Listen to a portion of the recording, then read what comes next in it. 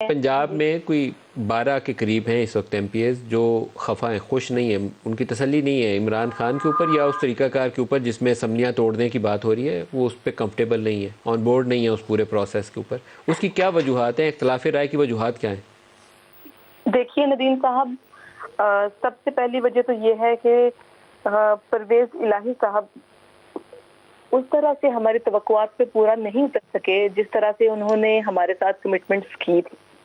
दूसरी बात ये है कि अवाम जब आपको वोट देते हैं, जनरल इलेक्शन एक बहुत बड़ी मूवमेंट होती है किसी भी मुल्क में जब वो होता है, तो अवाम आपको वोट देते हैं कि आप ईवान में उनके मसाइल को एड्रेस करें, उनके लिए कानून साजी करें, उनके लिए काम करें। लेकिन वोट देने के बाद भी अगर उस अवाम को आप वापस सड़कों पे लाना चाहते हैं, तो फिर आपको अवाम की तरफ से भी एक मनफी रवैये का सामना करना पड़ेगा, जिससे मेरा ख्याल है कि लोग डर रहे हैं, क्योंकि ये मूवमेंट जो होती है इलेक्शन की, ये इतनी आसान नहीं होती। और जब आपने कुछ किया भी ना हो पिछले 4.5 साल सूबे में, तो फिर लोग डरते भी हैं कि जो हमारे पास है हम वो भी लूज कर जाएंगे। बात ये है कि मामूली सी बात है, आइन में बहुत सारे रास्ते रखे हैं जिससे असेंबली डिसॉल्व की जा सकती थी। क्यों सिर्फ परवेज इलाही ही वजीर आला मुंतखब होंगे तभी असेंबली डिसॉल्व की जाएगी?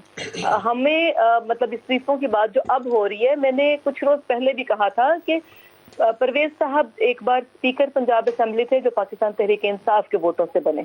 इनके पास अपने 10 वोट थे, इनके खिलाफ अदम एतमाद आ गई।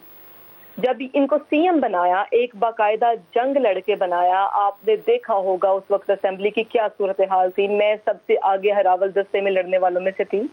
मैंने मुकदमात का सामना किया, 3 मुकदमात मेरे ऊपर हुए, बाकी सब एक एक मुकदमा था मेरे ऊपर। बगावत का मुकदमा था, दहशतगर्दी का मुकदमा था, असेंबली ईवान के तकद्दुस को पामाल करने का मुकदमा था, बहुत कुछ था।